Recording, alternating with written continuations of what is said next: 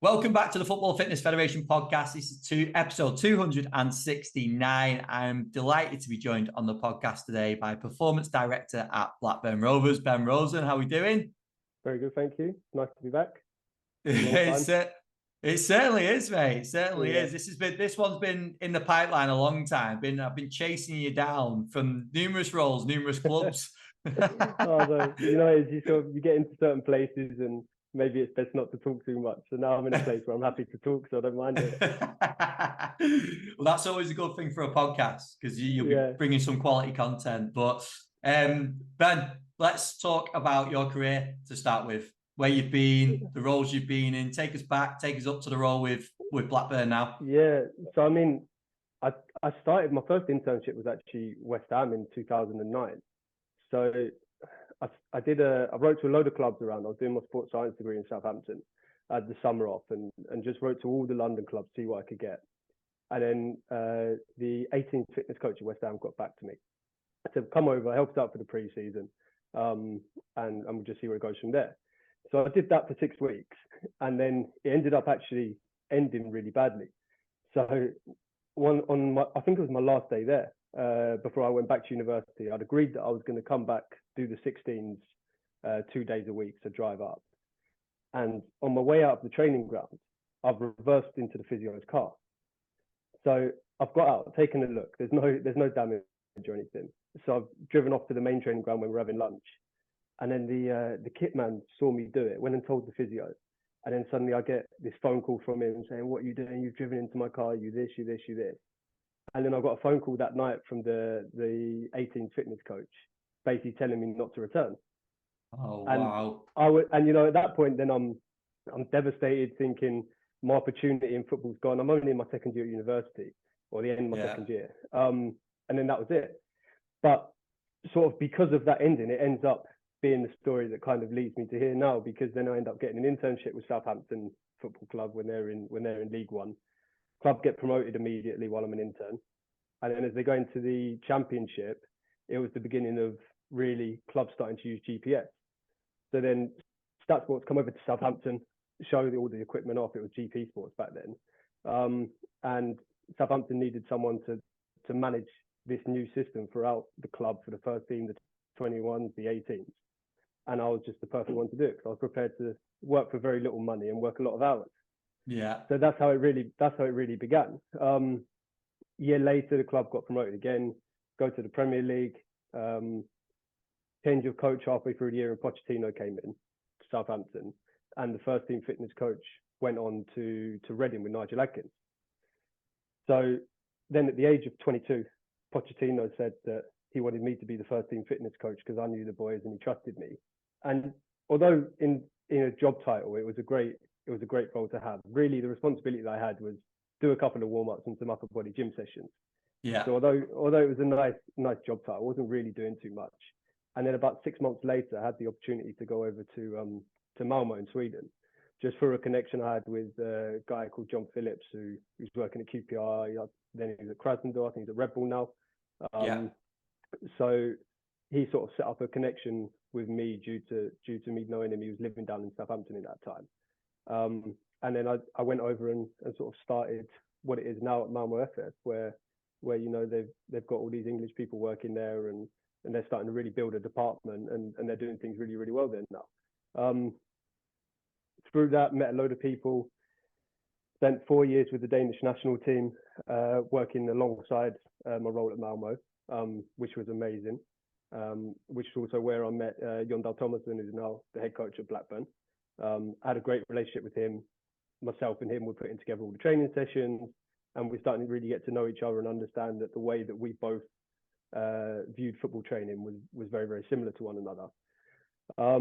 And then he ended up actually coming to be the head coach at Malmo, which was his first head coach role in a long time. He'd been the head coach previously about 6 years earlier, but had only been assistant between then. And only after being there a couple of months, I got an opportunity to go to FC Copenhagen, which was, in that moment, a much better opportunity for me. I'd been in Malmo for a long time back then, 6 or 7 years, and felt that I was probably becoming a little bit stale. Everything I was doing was a little bit too much the same, and things maybe felt a little bit too easy there at that moment. So a few months into FC Copenhagen, manager gets sacked, performance director gets sacked. Everyone around me is getting moved on, and kind of knew that I was going to be the next one to go at some point. Managed to stay there 2 seasons, and then moved over to Blackburn now with Yondal Thomason at the start of last season.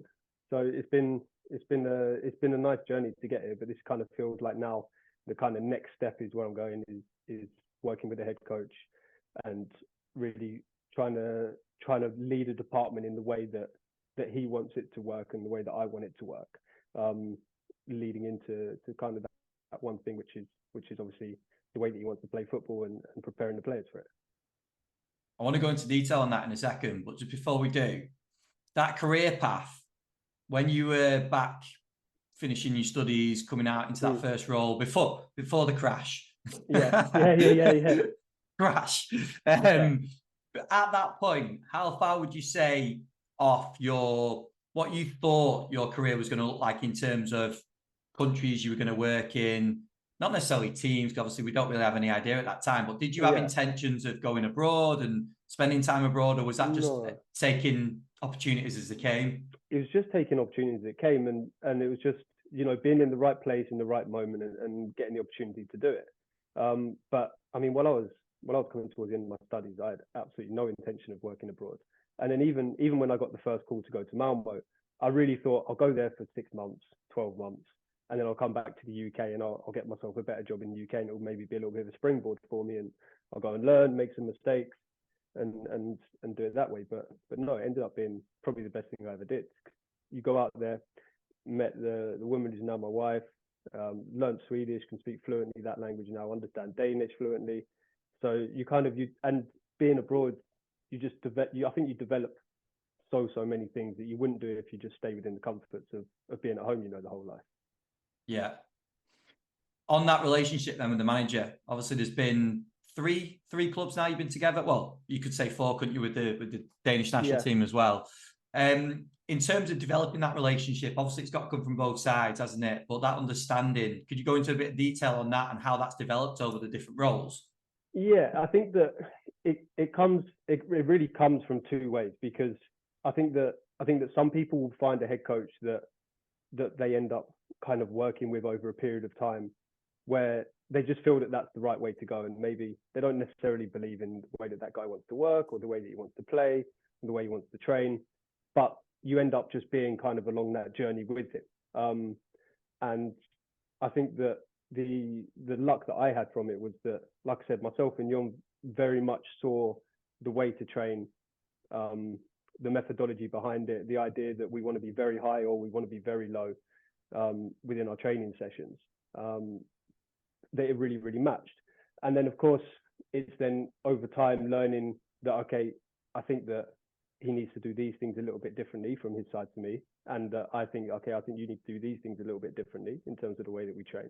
And it's just slowly developing that philosophy and getting to the point where we are now, where, we're a number of years into it. And of course, every year still we're changing things and tweaking things, and it's being moved along the whole time from both sides.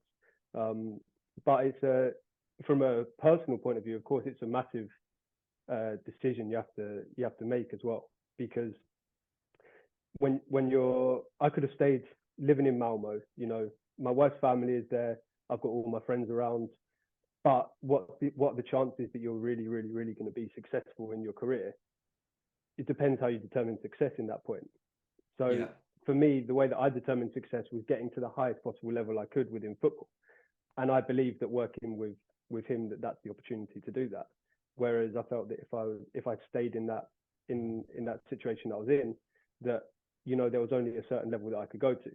But then you have to decide, okay, do I really want to pull my wife and my kids along on that journey with me? We have like a 3-year-old daughter who has health difficulties, and do we want to pull her along on that journey with me? Does my wife want to actually come on that journey with me? And then you have to have such a great support system around you to allow you to really do something like this, because it's difficult. And like now, if we do really badly and he gets sacked, more than likely I'm going to go with him, and then we're going to be in, what's the financial situation we're going to be in? Whereas if he does really, really well, maybe he goes on to something better, maybe he goes on without me, maybe he goes with me, and then again, you've got decisions you need to make to work out, okay, what's going to be the best thing for the family. So it's about just taking sort of the calculated risks, I think, which is needed within all those decisions, to get to the point where you are now, and then each moment you're kind of a little bit thinking the whole time what's going to happen next, but just keep pushing along on that path, really.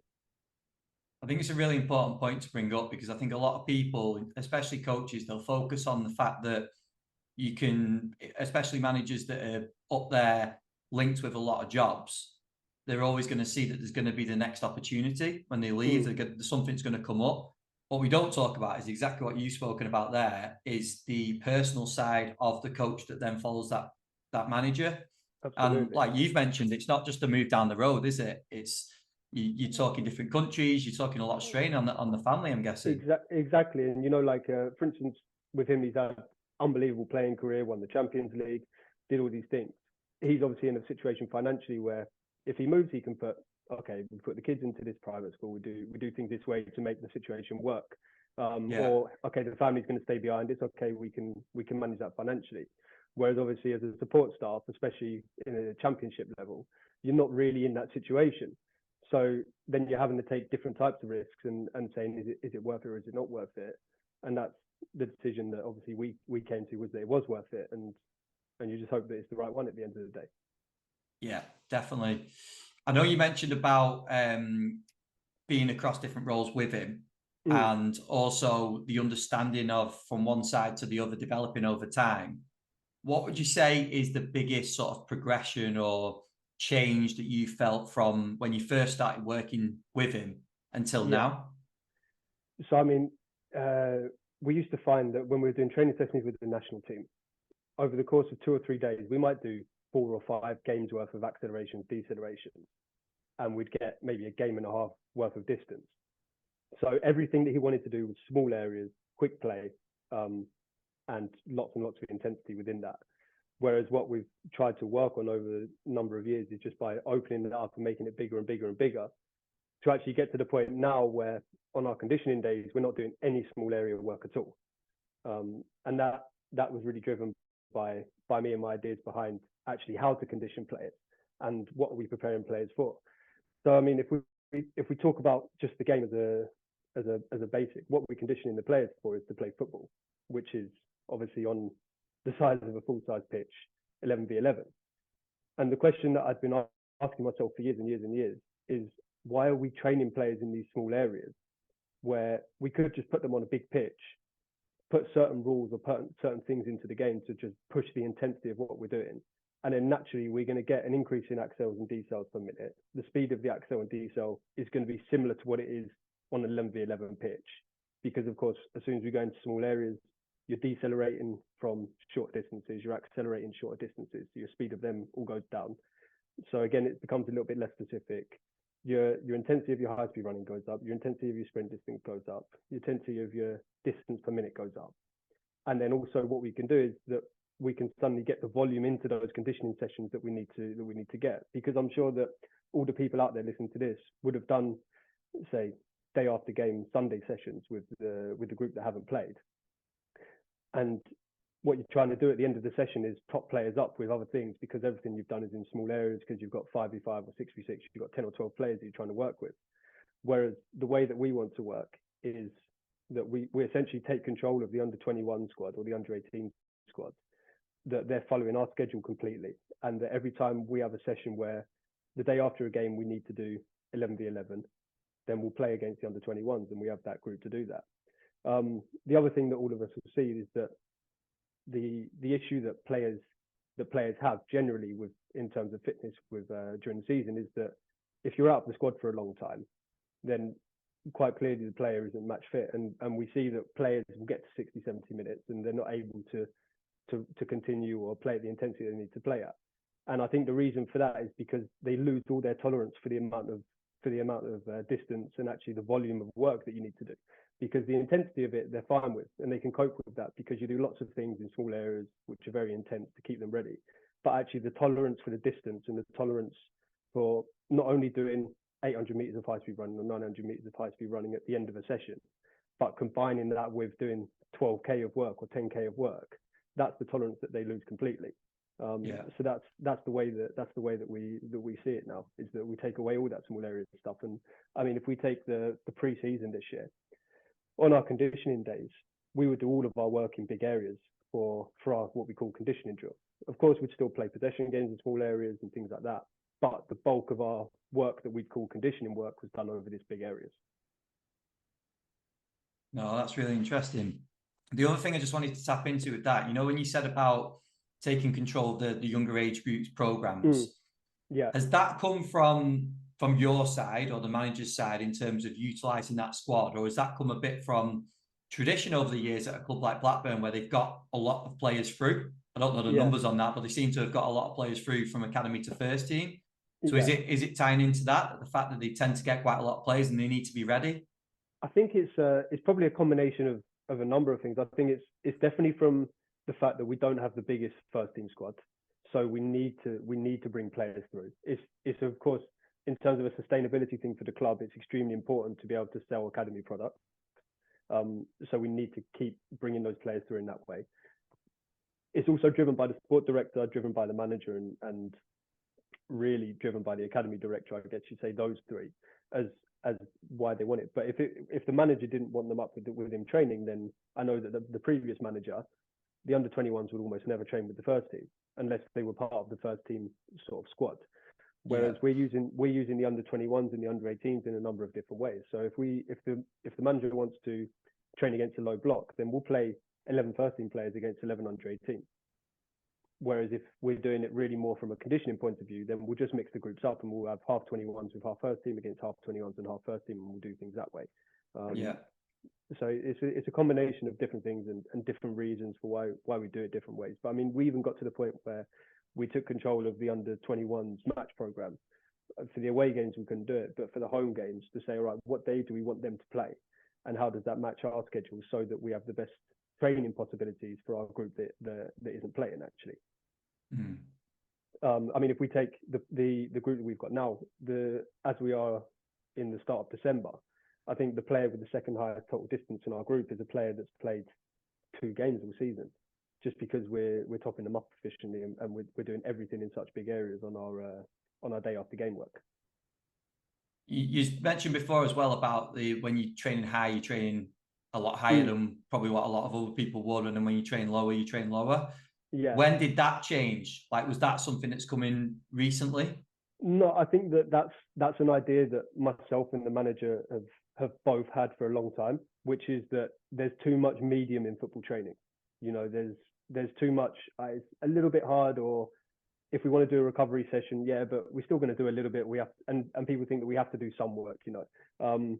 Whereas we really have this philosophy of we're either going to be really high or we're going to be really low. And I mean, we get to the point where we'll even have third day recoveries a lot of the time for the players that are playing, depending on our match schedule, for example. So if we're playing on a Wednesday and we played on a Saturday, we may still have the players completely inside on a Tuesday, not even going out to do any shape work, depending on where we are in the season, how many double weeks in a row that we've played. Some players need it, some players don't, you know, depending on what they've done in the games. But we definitely don't want too much of this medium type of work. We don't think it really, all it does is it just generates a little bit of fatigue into them, and it doesn't give us anything from a physical perspective. It doesn't gain any fitness to your conditioning, you know. So we really have the idea of what's the point in it, because it's not giving us anything. And I think that also goes back to a little bit on how we schedule the week as well.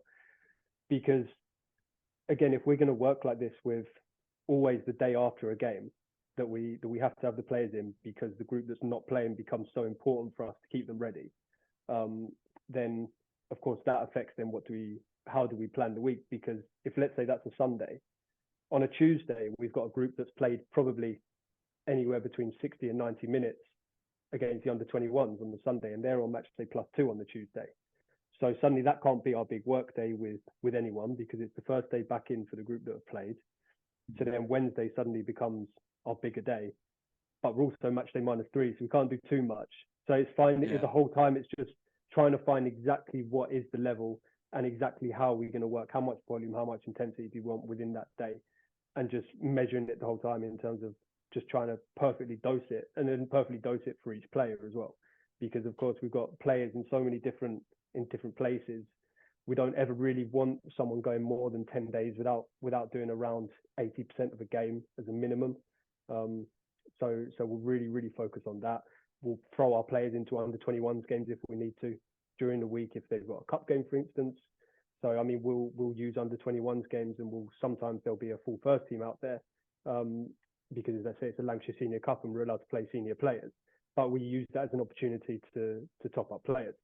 Again, we'll bring in outside teams for friendly games on day after games and during the week when we want to. Maybe half the group will play against a conference team on a Wednesday, and then half the group will do some kind of other session on a Wednesday, depending on what they need. So we're the whole time trying to just sort of like adjust it and modify it based on what they need. If you said within your role, like you could pick a number one focus, I know there's a lot of things that you're going to be looking at across the season. At this point in time, obviously we're recording this in December, so it's getting into a real hectic time in terms of scheduling. Is that where you'd say your focus lies as priority at the moment in terms of managing the squad and maintaining fitness for players? Yeah, absolutely. Because especially again, as Blackburn Rovers, we don't have 23, 24 players that anyone you can just interchange and throw them into the group. So, I mean, on our bench that we had on the weekend now, I think we had 4 or 5 players that have never made a first team appearance. So when we've got such a small group, you have to keep every single person available and ready to be able to come in and play not just 90 minutes, but 90 minutes on a Saturday and then a Tuesday and then a Saturday again. And I see the only way that we can do that, is by sort of maintaining their tolerance to the amount of volume of work that they have to do. And I don't see how teams can do that just by running players after the game, or just by doing a small-sided game session the day after a game, because I just don't see how the players can maintain that tolerance to the work. That's really interesting. Where does testing fit in with all this in terms of your thoughts around testing, and then also what that even means when we've got the scores, whatever we're testing? I think that testing is about only testing what you're going to use to begin with. I think that a lot of teams, and I mean, I had conversations with our physios, with our fitness coaches before the season about, okay, what we're going to do in pre-season testing, what we're going to test in season, how we're going to do all these different things. And every single time a test was brought up, I said, all right, when are we going to use that information? How is it going to inform our practice in any way? And if they couldn't answer that question, then we just throw it away straight away, because it's a waste of time. The other thing that we have to be careful with is that I think that if I sort of, I'm going to move around a little bit here, but if I take the role of a strength coach within a football club now, I think that it's actually a very, very difficult role, not because the work is particularly difficult, because I think that as long as you have your kind of your model and the way you want to work, it can be relatively simple. I think that it's so difficult to have your ego in check as a strength coach and not feel that I always have to be doing something with the players, because sometimes a little bit less is a little bit more. So instead of saying, all right, I'm going to do, let's say I'm going to do some single leg prone ISOs hammy testing, because I want to, and then the next day the players will come in with a load of DOMs in their hammies because it's something they've never done before. Then you're giving us problems or you're giving the coaching staff problems, and you're giving us problems in terms of what we can do with training, because you might say, yeah, but this is on a Tuesday, it's 4 days away from a game, it's 3 days after a game, it's the only opportunity that I had to do that testing. Yeah, but on a Wednesday, we've got to get the players to go out and play 45 minutes against a conference team. So I don't want the players' fatigue going into that moment. So I think it's very difficult, because you have to condense it down so much to the point of, okay, is it going to inform our practice during rehab? And if the answer is yes, then absolutely we have to get those numbers. Is it going to inform anything we do with them during the week? If the answer is no, then we have to stop doing it. So I mean, we've talked a lot about should we be doing like daily jump testing? Should we be doing daily groin squeezes? All these things that have been going back and forth for years and years and years now about what's right and what's wrong in doing it. But how long does it take us to get information? What do we have to do to ensure that actually that information we're getting is correct? Because if I want to do a max groin squeeze with a player, yeah, maybe that's going to take me half an hour to warm that player up and prepare him to do that. Do I have half an hour before the training, between breakfast, before the meeting, to do a full warm up with a full group of players to get them ready to do one maximum groin squeeze? Probably not. Yeah. So if they're just jumping onto a fourth frame and they're laying on their back and giving a squeeze, and then we say, oh yeah, but you're down 25%. Yeah, but I didn't really push because I'm not warm. Then why are we doing that testing, and why are we looking for that information? It becomes a waste of time. Yeah, definitely. I think that conversation needs to be had, doesn't it? But I think the environment at every club is going to be different from how that's received. Absolutely. And I mean, we had a player go away with under 21s with I won't say who it was, but it wasn't England, but we went away with an under 21s team in October, and they were doing daily hamstring strength scores, I think it was. And I mean, they literally pulled him out of bed, got him into the physio room, and just said push. Yeah. And I think on a Wednesday, his score was down 25%, and they stopped him from training and said he couldn't start in the game. Mm. And then I spoke to him about it a little bit, and he said, yeah, well, I just got out of bed. He said, of course I wasn't pushing as hard as I could. He said, but I just pushed a little bit harder the day before. And again, you come at these things with, of course, the best intentions in place, because you want information to inform your practice. But how useful is that information all the time? I'm not sure. Yeah, and in terms of sort of reliability, you're talking players aren't stupid, are they? Like you've said there, that they know when they're essentially going to be a little bit more risk than what they should be, aren't they? So if you're not getting an accurate measure, or Exactly. you, like you say, you've not got time to do the warm up and all the rest of it, then you're not actually getting out of it what you intend to anyway, are you? No, absolutely. So that's the way that we go. No, I like it. I like it. I think that's a real key lesson for a lot of people. It'll be really interesting to hear people's thoughts on practically how that would work at their club, because I'm guessing I don't know what it's like in terms of when you bring that up, in terms of how receptive each practitioner is, whether there's discussions to be had, and whether it's an environment that can be you can have open discussions about things. And obviously I don't expect you to be pointing anyone out at this point, but it's just interesting, isn't it? Because I think that's a really, really good approach. But I can think of different environments where it'll probably be tough for people to get that across. For sure. And especially as you'll have clubs now, and I know a friend of mine who was head of performance at a big European club. I think they had 18 members of staff full time in the performance and medical department. And suddenly, if you're telling people that, well, we don't want to do this because it's not going to inform practice, we don't want to do this because it's not going to inform practice, then suddenly you're taking probably 8 of those people's jobs away. Yeah. Because really, how much work is there to do that you can have 18 people streamlined, working in one direction, doing things that are actually going to be useful for the group? I can't really see it. I think that it's almost getting to the point now where these departments are going to get too big. And the question is, what do we actually get these people to do? And how all of these people have to feel important, and they have to feel like they're doing something useful and valuable. And of course, you can provide huge detail when you have that many people to the players. But again, does it become too much detail? And suddenly, actually, what we're doing is we're harming the players because we're not all following the same hymn sheet, and we're not all singing off it. Yeah, it becomes like a filling time activity, doesn't it, rather than actually informing what we're going to be doing. Absolutely. Yeah, no, interesting, very interesting. The other thing we're going to touch on is return to play.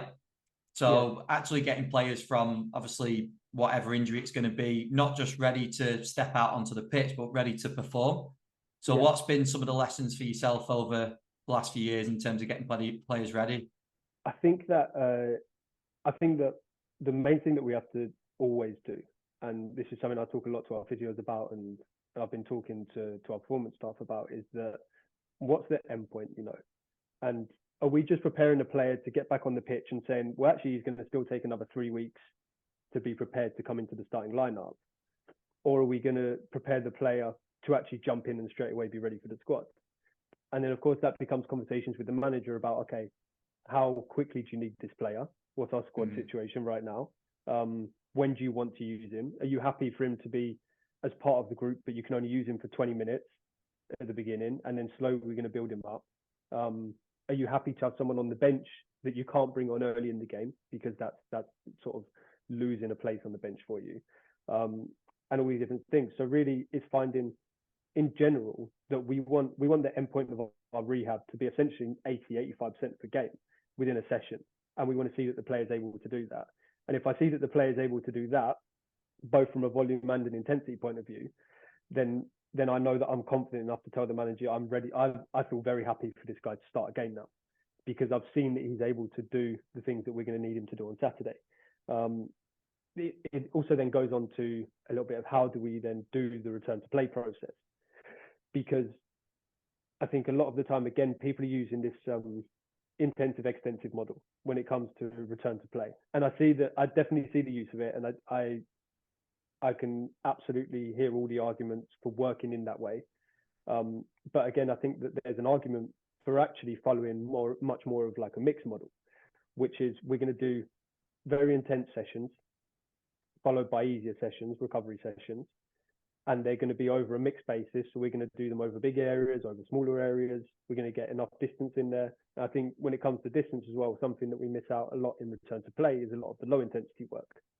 So we're doing a lot of low intensity work in football games. We're doing 4 or 5K of very low intensity work within that session. That has to be mixed in with all the other work that we're doing.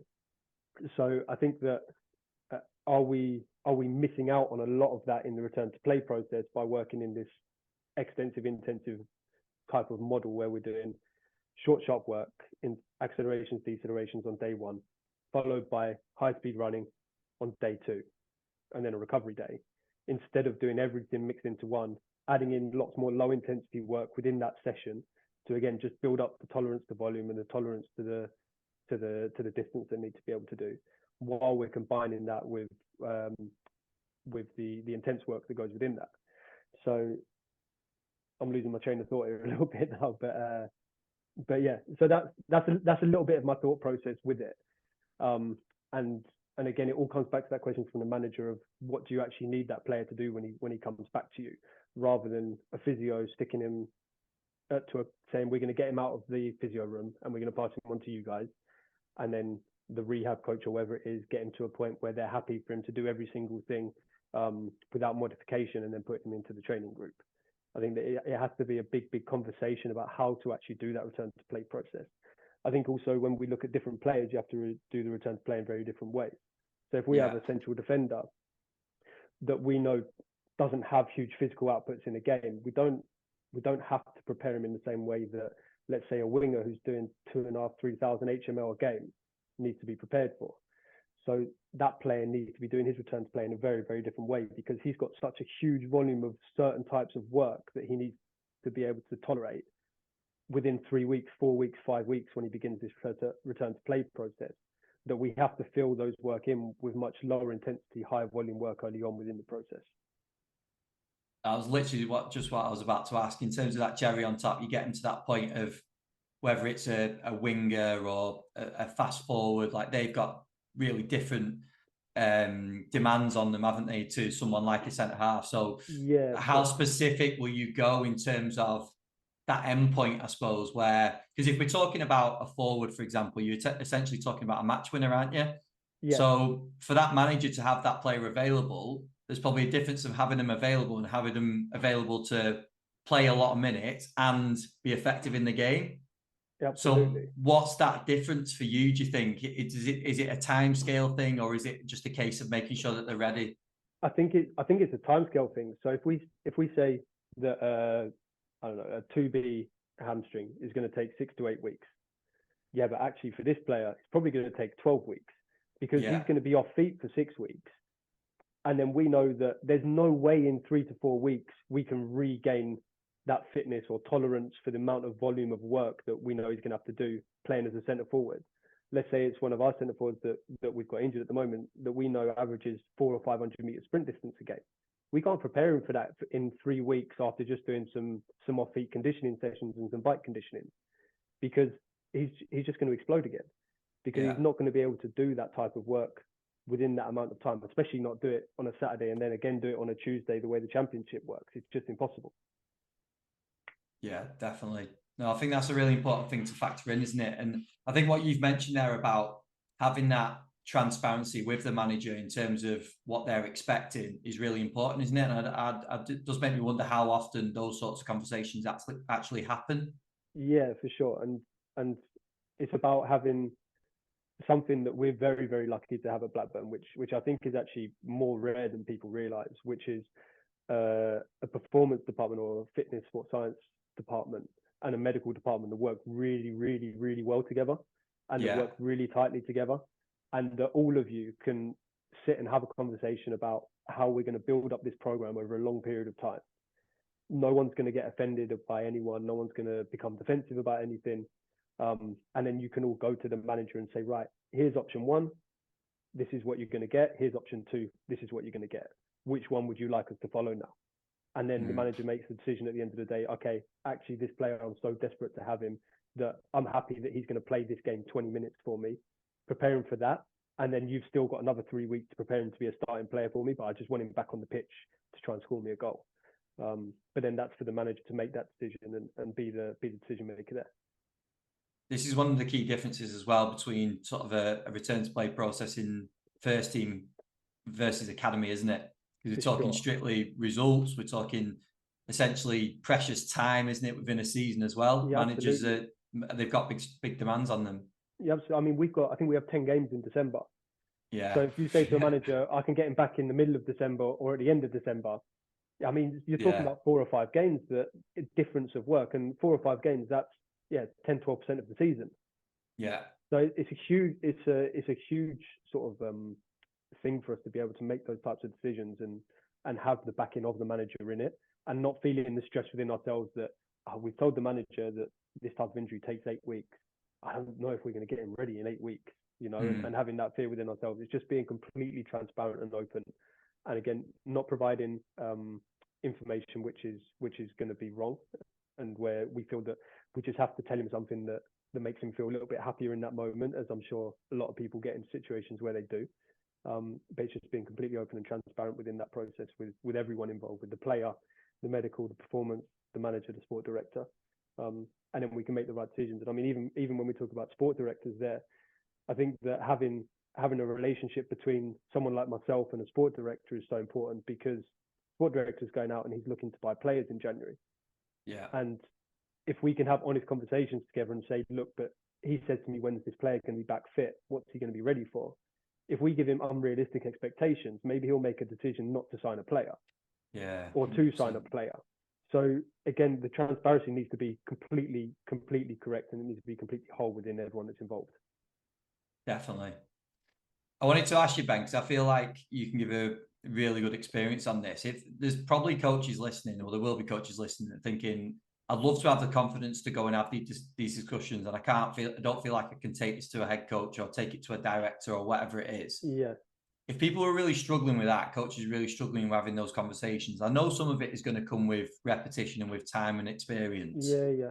What would be some advice from you to them, like especially for younger practitioners? Yeah, I think that first of all, you have to, I mean, if let's say me as a 23-year-old, I shouldn't have been going up to Pochettino and saying you should be doing this, and this, you know. But what you need to be able to do is you need to say, right, who's the middleman between me and that person? Yeah. And how can I build a relationship with that person? Maybe that person can start feeding my ideas in a little bit. And then suddenly you get a little bit closer to it. Maybe you're sitting at lunch next to the manager and you're having a discussion, and you ask the manager, what's your training philosophy? What's your ideas about this? What do you think about this? What do you think about this? And try and make it much more informal than formal. Because obviously the last thing a manager wants is that, especially a manager who's a very closed person that doesn't want people's opinions, it's very difficult for you to go in and tell him this is what you should be doing. And it's the old thing that everyone always talks about with people like that, of try and make it seem like it's their own idea. And I think that's a little bit of what you have to do. And it's a little bit of ego stroking, and it's a little bit of how can I put something across, and then slowly you find ways to start influencing a little bit more positively than what you're doing now, and then working in that way. But it's all, at the same time, you definitely don't want to be the person around the training ground that's saying this guy's wrong, my idea is the right way to work. So it's a very fine balance of everyone really believing the same thing and working the same way. And it's also difficult because at the end of the day, the head coach is the person that has to have the final say, that has to have the training philosophy, that has to have the idea behind the training week, behind the way that we're going to set up the under-21 squad, all these different things. It has to really come from a head coach, and that's why it's probably the reason why I feel so confident working with this head coach and putting a lot of trust and a lot of risk within working with him, because I really, really do believe in the way that he works, and I think that it's the correct way to work. So I'm never in these situations where I feel that if I don't agree with something, that I can't go and speak to him about it, or that he's going to make these terrible decisions, because in general we actually agree with each other on a lot of things. So it's difficult, because I mean I worked with a head coach previously where I probably spoke out way too much, and we ended up clashing for months and months and months, and it got to the end of the season, and I realized that actually everyone else in the building really had a problem with him, but they hadn't been clashing with him. Whereas me and him, suddenly we had this almost newfound respect for each other, because we'd had so many of these sort of I don't call it arguments, but differences in opinion. But we always spoke about them, and then we always went out to training, and then we just did what was agreed to be done.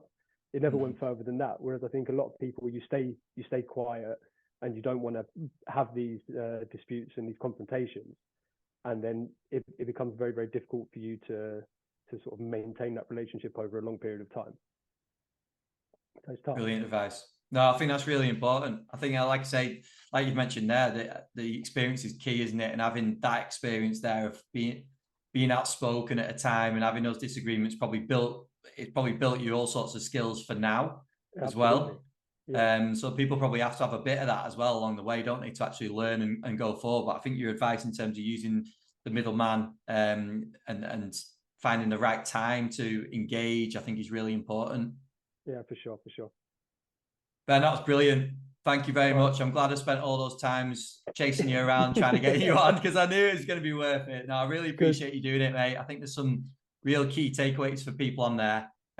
We tried targeting a few different areas we've not spoke about so much before, so I thought that was great, and then people will take a lot from it. In terms of people, if they've got questions or they just want to keep up with what you've got going on, where would you direct them? Email me, brosen@rovers.co.uk.